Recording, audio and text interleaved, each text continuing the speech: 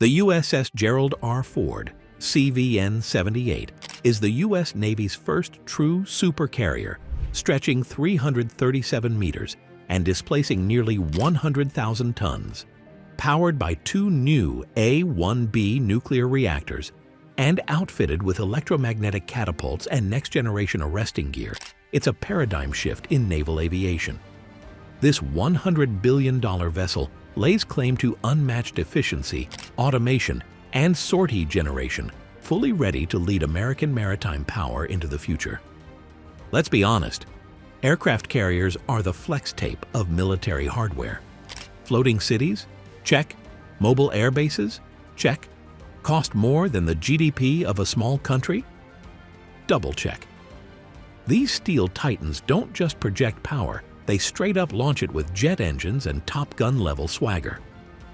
Let's begin our journey with the modern aircraft carriers in service today.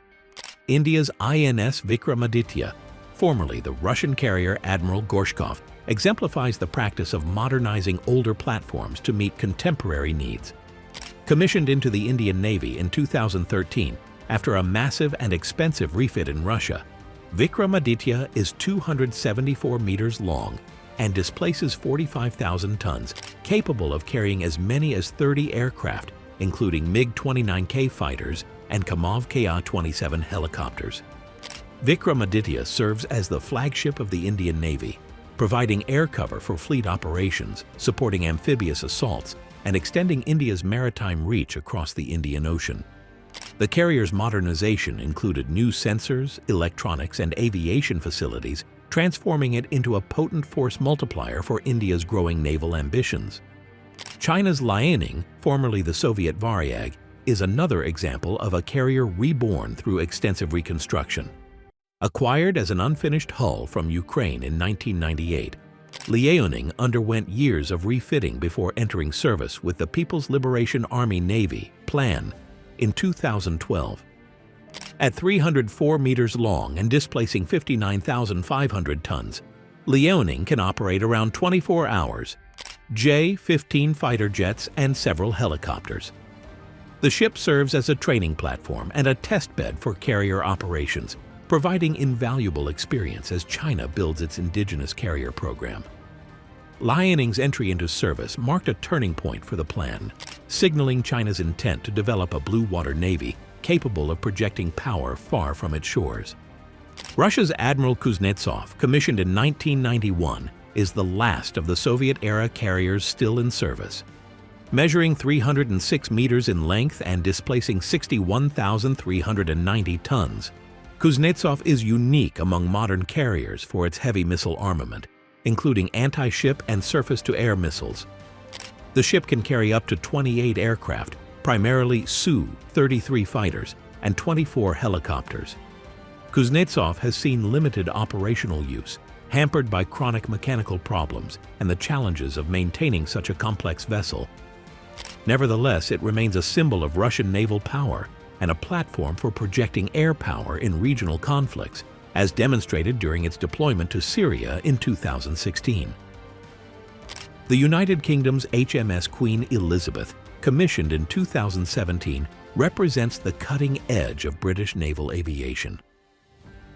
At 284 meters long and displacing 70,600 tons, Queen Elizabeth is the largest warship ever built for the Royal Navy. The ship can embark up to 40 aircraft, including F-35B Lightning II stealth fighters and a mix of Merlin and Chinook helicopters. Queen Elizabeth's twin island design, advanced radar systems, and integrated mission systems enable high-tempo flight operations and rapid reconfiguration for different mission profiles. The carrier serves as the flagship of the Royal Navy and a key element of the UK's global defence posture, capable of leading multinational task groups and supporting operations around the world. At the pinnacle of carrier development are the American supercarriers, unmatched in size, capability, and technological sophistication. The USS George H.W. Bush, CVN-77, the 10th and final Nimitz-class carrier, was commissioned in 2009. At 333 meters long and displacing 97,000 tons, Bush features numerous upgrades over earlier Nimitz-class ships, including Kevlar armor, advanced anti-radar coatings, and improved survivability features.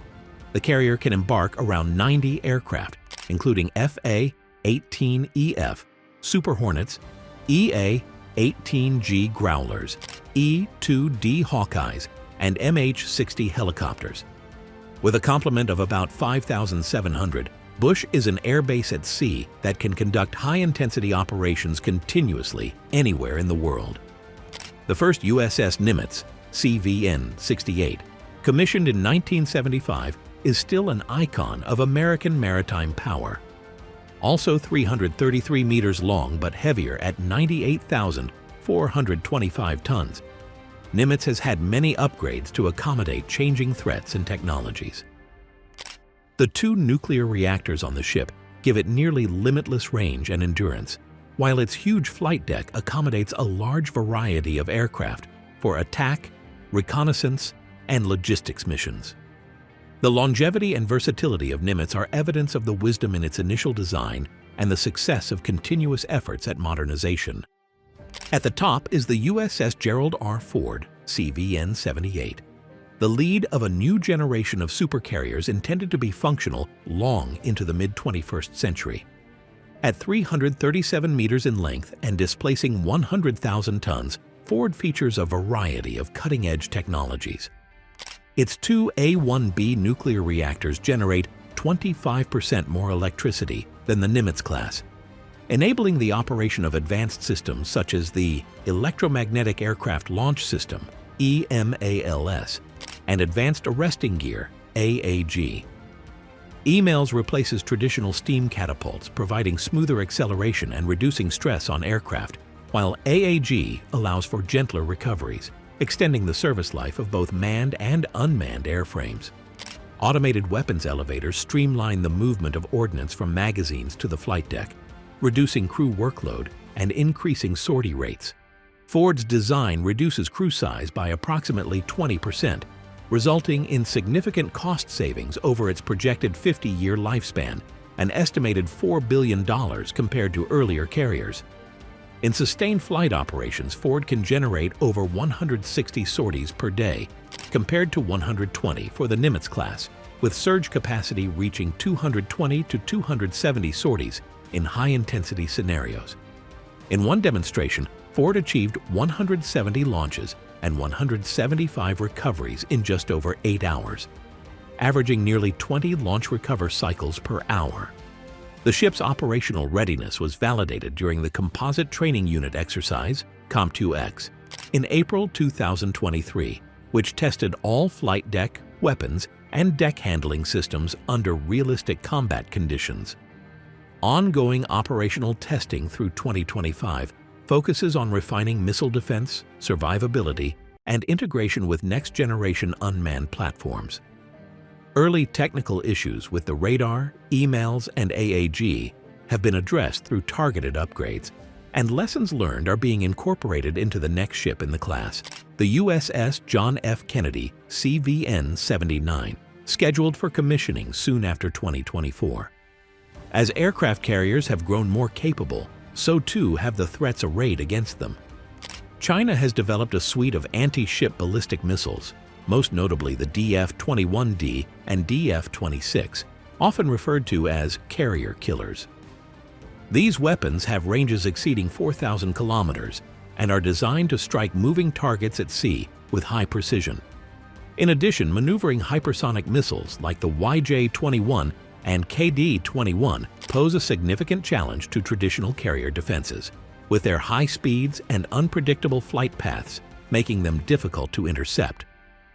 Analysts warn that these systems could overwhelm even the most advanced carrier strike groups within minutes, forcing naval planners to rethink the viability of operating carriers in contested environments, particularly in the Western Pacific. In response to these emerging threats, the U.S. Navy and its allies are investing heavily in new defensive technologies and operational concepts. Shipboard interceptors such as the Patriot PAC-3 are being adapted for naval use, while research into laser-based directed energy weapons promises to provide a new layer of close-in defense against missiles and drones. Enhanced sensors and hypersonic detection systems are being deployed to improve early warning and targeting, and advanced unmanned intelligence, surveillance, and reconnaissance ISR platforms are being integrated into carrier strike groups to extend situational awareness and reaction time.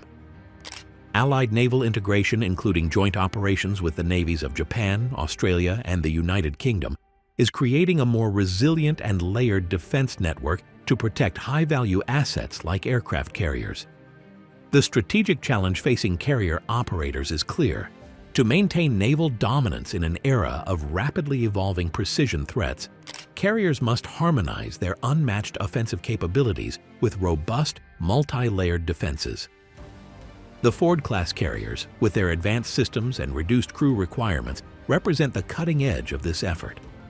With the USS Gerald R. Ford now in service, the USS John F. Kennedy nearing readiness, and 9 more Ford-class carriers planned, the U.S. Navy is entering a new era of supercarrier dominance. However, this dominance is not assured.